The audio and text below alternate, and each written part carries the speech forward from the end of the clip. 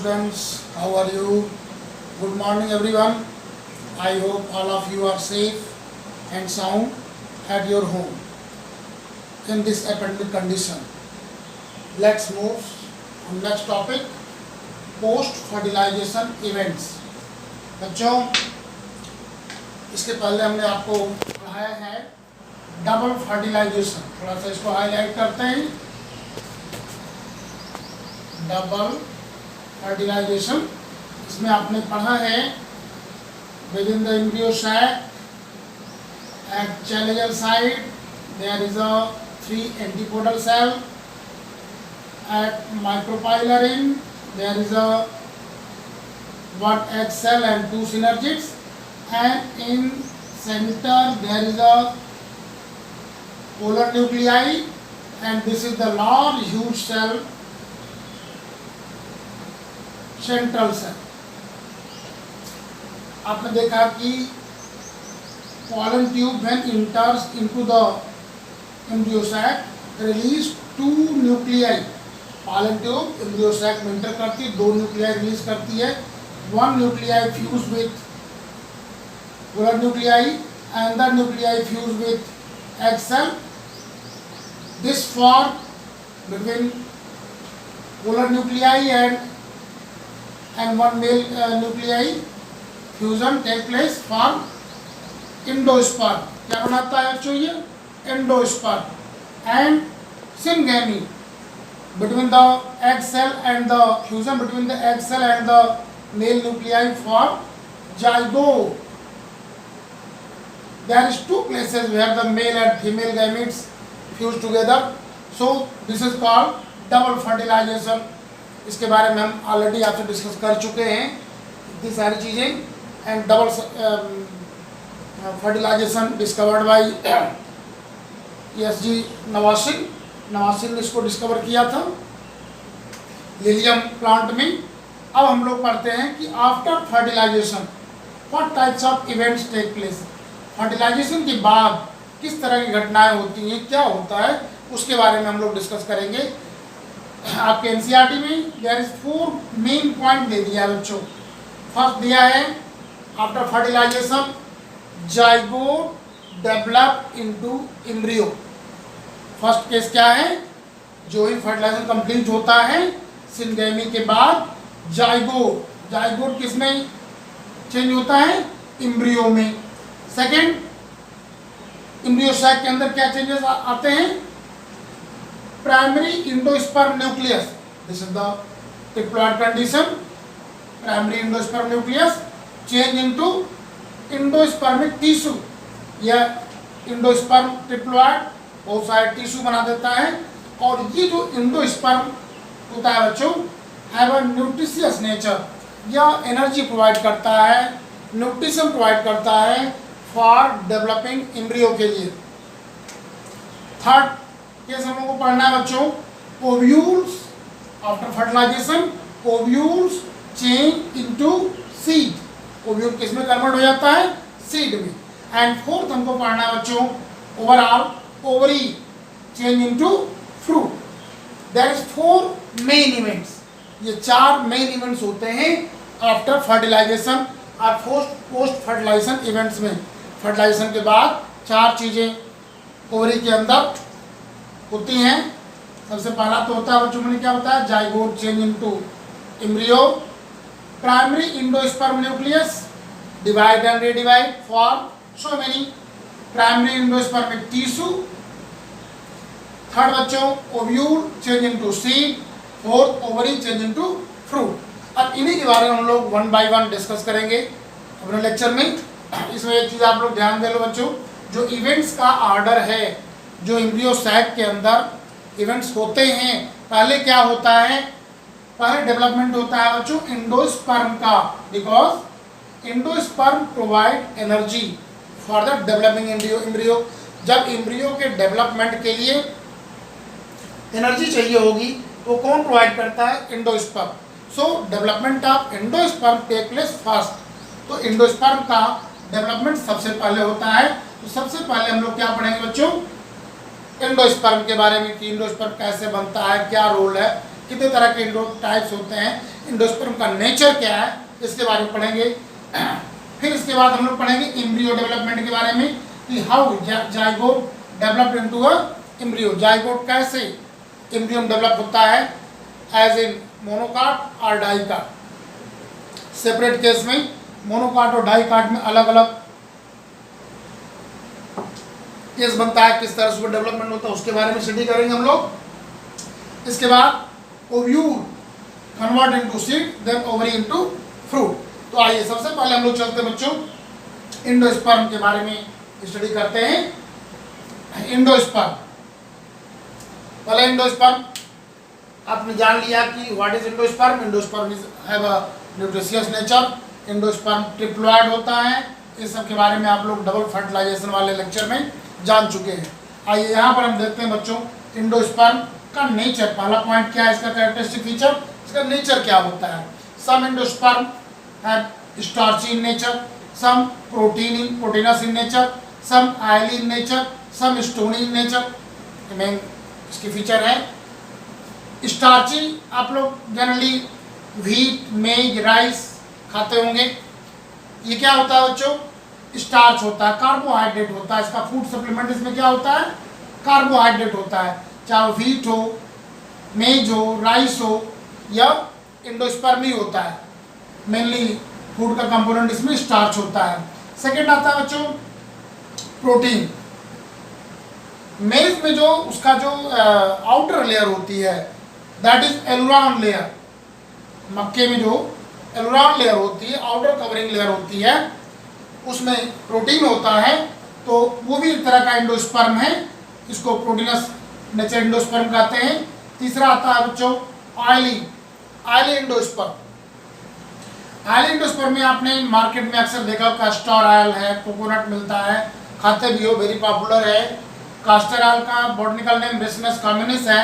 Coconut आप लोग coconut carnal या कोकोनट वाटर आप लेते हो, वो भी एक इंडोस्पर्म का पार्ट है। उसके बारे में अलग से आपको बताते हैं। नीट में यह पूछा जा चुका है, कोकोनट ऑयल या कोकोनट मिल्क, कोकोनट वाटर, या किस तरह का इंडोस्पर्म है या क्या, इस तरह क्वेश्चन बहुत सारे आते हैं। आपको इन सब बातों को ध्यान में रखना है। एक चीज़ और बच्चों, इसमें एनसीईआरटी तो कवर हो ही रही है, अब जो कुछ थोड़ी थोड़ी बातें कुछ एक्स्ट्रा हमने बता दिया है उसको आप नोट डाउन करते चलोगे। एनसीईआरटी पर ही साइड में या अलग से रब बना लो, उसमें कुछ एक्स्ट्रा चीज़ें जो आती हैं सपोर्ट के लिए, स्टडी के लिए, जो आप एनसीईआरटी बुक है उसके सपोर्ट के लिए बताना जरूरी होता है। तो इसको आप लोग थोड़ा बहुत नोट करते चलोगे, चाहे एनसीईआरटी बुक पर या रफ में आप कहीं इसको नोट कर लेना। नेक्स्ट नेचर है बच्चों इंडोस्पर्म का स्टोनी। कुछ इंडोस्पर्म स्टोनी होते हैं, जैसे अरेका नट, बीटल नट, ये क्या होता है, हार्ड होता है, स्टोनी होता है। तो ये आपने देखा कि कुछ स्पेशल फीचर है इंडोस्पर्म, इतने तरह के होते हैं, उनमें ये नेचर होता है। नेक्स्ट आइए चलते हैं बच्चों, आपने एंजियोस्पर्म और जिम्नोस्पर्म दो ब्रांच प्लांट में और भी पढ़ी होंगी। वैसे तो कई सारी ब्रांचें हैं, एल्गी है, ब्रायोफाइटा है, टेडोफाइटा है, जिम्नोस्पर्म, एंजियोस्पर्म है। जहाँ तक एम्ब्रियो फॉर्मेशन की बात आती है तो उसमें इंडोस्पर्म की बात चलती है। जहाँ जहाँ एम्ब्रियो बनेगा, एम्ब्रियो के डेवलपमेंट के लिए, फूड सप्लीमेंट के लिए इंडोस्पर्म फूड सप्लीमेंट प्रोवाइड करता है। तो आपने प्रीवियस क्लास में फर्स्ट ईयर पढ़ा होगा कि in case of gymnosperm, endosperm form before fertilization. बहुत अच्छे से याद कर लेना, ये नेट एग्जाम में या मेडिकल कंपटीशन अक्सर पूछा जाने वाला क्वेश्चन है कि इंडोस्पर्म दो तरह से बनता है, जिम्नोस्पर्म में बिफोर फर्टिलाइजेशन एंड एंजियोस्पर्म में आफ्टर फर्टिलाइजेशन बनता है। बच्चों आपने देखा अभी इंडोस्पर्म क्या हुआ, आफ्टर फर्टिलाइजेशन। एक और डिफरेंस होता है, जिम्नोस्पर्म में क्योंकि before fertilization endosperm formation take place, so it is haploid in nature. क्या होता है जिम्नोस्पर्म केस में, एंडोस्पर्म क्या होता है, हैप्लॉइड होता है, but in case of angiosperm it is triploid in nature. ये एंजियोस्पर्म में क्या होता है बच्चों, ट्रिप्लॉइड होता है, हैप्लॉइड नहीं होता। अच्छे से दिमाग में रख लेना दो चीजें, एक तो बिफोर एंड आफ्टर। जिम्नोस्पर्म में before fertilization endosperm formation take place, and in case of angiosperm after fertilization endosperm formation take place. But in nature देखो, जिम्नोस्पर्म में it is haploid in nature and angiosperm it is triploid in nature, and both type of endosperm, gymnosperm as well as in angiosperm provide nutrition. दोनों ही nutrition provide करते हैं, but difference क्या है, ये पहले बनता है, एंजियोस्पर्म में बाद में बनता है, ये हैप्लॉइड होता है, ये ट्रिप्लॉइड होता है। इसको बच्चों आप लोगों ने दिमाग में रखना, ये भी एक क्वेश्चन अक्सर आता है। हाँ, अब जैसे मैंने कहा हैप्लॉइड ट्रिप्लॉइड बता दिया, एक केस ऐसा भी मिलता है प्लांट में बच्चों जहाँ एंडोस्पर्म डिप्लॉइड होता है। बहुत अच्छी तरह इसको याद रखना, endosperm is diploid in nature. Example याद कर लो, पोइनोथेरा, याद रख लेना इसको अच्छी तरह से। पोइनोथेरा प्लांट में एंडोस्पर्म क्या होता है, डिप्लॉइड होता है। और कुछ ऐसे प्लांट है बच्चों जहां एंडोस्पर्म मिलता ही नहीं, जैसे ट्रेपेसी फैमिली, सिंघाड़े तो आप लोगों ने खाए होंगे, सिंघाड़ा Trapaceae family, there is no endosperm, endosperm ही नहीं मिलता। And Orchidaceae family, orchid plant का नाम भी आपने सुना होगा। ये दो ऐसे एग्जाम्पल है बच्चों जिसमें एंडोस्पर्म नहीं मिलता। आइए थोड़ा सा मैंने कहा था आपको कोकोनट और इसके बारे में चर्चा करने, जो कंपटीशन पूछा जाता है, coconut water and coconut kernel. Coconut water जो होता है बच्चों या न्यूक्लियर होता है, अभी हम आपको बताएंगे what is nuclear, what is cellular, क्या डेवलपमेंट होता है एंडोस्पर्म का, इसके बारे में हम लोग अभी चर्चा करके आपको बता ही देते हैं। आइए जरा देखिए कि किस तरह से एंडोस्पर्म बनते हैं। सबसे पहले मान लीजिए एम्ब्रियो सैक है बच्चों, यह आपका ट्रिप्लॉइड एंडोस्पर्म है। जैसा हमने अभी आपको कहा coconut water, coconut water case में क्या होता है, कोकोनट आपने खाया होगा, वाटर पिया होगा, पानी पीते हैं उसका, उस पानी में क्या होता है, अक्सर ये क्वेश्चन पूछा जाता है, पानी में क्या चीज़ होता है। अब कोकोनट जो कर्नल है, जिसको आप गरी कहते हो, कच्ची गरी, उसमें क्या होता है, वो किस तरह का, दोनों एंडोस्पर्म है, कोकोनट वाटर भी और कोकोनट कर्नल भी, दोनों एंडोस्पर्म होते हैं, बट दोनों के नेचर में डिफरेंस है, दोनों के न्यूक्लियर कंडीशन में, सेलुलर कंडीशन में डिफरेंस है। तो आइए देखते हैं तो जो एंडोस्पर्म का डेवलपमेंट है कैसे होता है बच्चों। सबसे पहले डेवलप होता है, there are so many nuclei, बहुत सारे न्यूक्लियाई फॉर्म होते हैं। अगर इस तरह का एंडोस्पर्म है जिसमें only nucleus, thousands of nucleus होता है, इसको कहते हैं न्यूक्लियर टाइप ऑफ एंडोस्पर्म। इसे क्या कहते हैं, न्यूक्लियर एंडोस्पर्म। लेकिन जब एंडोस्पर्म डेवलपमेंट के समय जैसे ही दो न्यूक्लियाई बना, ये न्यूक्लियाई क्या हुआ, सेल के रूप में कन्वर्ट हो गया, सेल वॉल फॉर्म हो गई। नेक्स्ट अगेन यह दोनों सेल के अंदर न्यूक्लियस अगेन डिवाइड हुआ और यह फिर क्या हुआ, सेल के रूप में कन्वर्ट हो गया, यानी nuclear division followed by cell wall formation. अगर न्यूक्लियर डिवीजन के बाद तुरंत सेल वॉल बन जाती है, वो सेल बन जाती है, तब उसे कहते हैं सेलुलर। नेक्स्ट बीएससी वगैरह में आप लोग देखोगे और बुकों में आप देखोगे, एक इसके बीच का भी है हेलोबियल टाइप, जिसमें some part of the endosperm are is a nuclear type of endosperm and some part of the endosperm is cellular in nature. मतलब एक ही एंडोस्पर्म में इसमें ऊपर जो होता है बच्चों न्यूक्लियर टाइप एंडोस्पर्म होता है और नीचे जो होता है वो सेलुलर टाइप एंडोस्पर्म होता है, यानी उसमें सेल बन जाती है। इनको कहते हैं हेलोबियल टाइप। तो आपको एनसीईआरटी में दो तरह का दिया हुआ है, एक न्यूक्लियर टाइप और एक सेलुलर टाइप। तो न्यूक्लियर टाइप जो आप कोकोनट वाटर पीते हो, कोकोनट वाटर क्या है, न्यूक्लियर एंडोस्पर्म है, थाउजेंड्स ऑफ न्यूक्लियस आपके पानी में डूबे रहते हैं और वही चीज़ आप पीते हो वाटर में, न्यूक्लियर एंडोस्पर्म। और जो उसका कर्नल आप खाते हो that is a cellular endosperm. ये दो तरह के क्वेश्चन अक्सर पूछे जाते हैं, इसको अच्छे से आप लोग देख लेना। अब आइए चलते हैं टाइप्स ऑफ एंडोस्पर्म। टाइप्स कितने के होते हैं, तो डेवलपमेंट के बेस पर था कि there is 3 type, nuclear endosperm या सेलुलर एंडोस्पर्म या हेलोबियल टाइप ऑफ एंडोस्पर्म। एक और कैटेगरी है इसके क्लासिफिकेशन की, उसके बारे में बताते हैं आप लोगों को। देखिए एक चीज हमने अभी आपको कहा कि endosperm provide nutrition for the embryo development. यह एंडोस्पर्म क्या काम करता है, एम्ब्रियो के डेवलपमेंट के लिए एनर्जी एटीपी प्रोवाइड करता है। तो अब ये हो सकता है किसी किसी प्लांट में the endosperm totally consume in developing embryo, embryo के डेवलपमेंट के दौरान एंडोस्पर्म टोटल खर्च हो जाए, टोटल कंज्यूम कर लिया जाए, तो क्या होगा, ऐसे सीड में कोई एंडोस्पर्म बचेगा ही नहीं. In other cases when the endosperm not totally consume, total consume न हो, कुछ बच जाए, remain part of the endosperm, seed में बचा रहे, तो उसको कहेंगे क्या चीज, एंडोस्पर्मिक सीड. तो दो तरह के एंडोस्पर्म आपने देखा. इसको एक और टर्म देते हैं बच्चों, एक्स एल्ब्यूमिनस और एल्ब्यूमिनस भी कहते हैं. दो तरह के होते हैं, एक्स एल्ब्यूमिनस और एल्ब्यूमिनस, या इसी को कहते हैं एंडोस्पर्मिक, एंडोस्पर्मिक, यहां कह देंगे क्या, नॉन एंडोस्पर्मिक. दो तरह के कंडीशन क्रिएट होंगी. अब एक्स एल्ब्यूमिनस और एल्ब्यूमिनस, इसमें क्या है कि इसमें एक्स एल्ब्यूमिनस कहने का मतलब there is no albumin, no endosperm.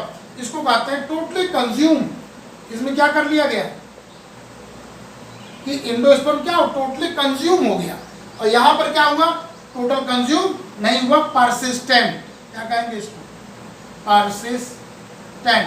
यहां पर दो, एक तो on the basis of consumption, इसमें एल्ब्यूमिन यानी एंडोस्पर्म एम्ब्रियो डेवलपमेंट के दौरान टोटल क्या कर लिया गया, कंज्यूम कर लिया गया.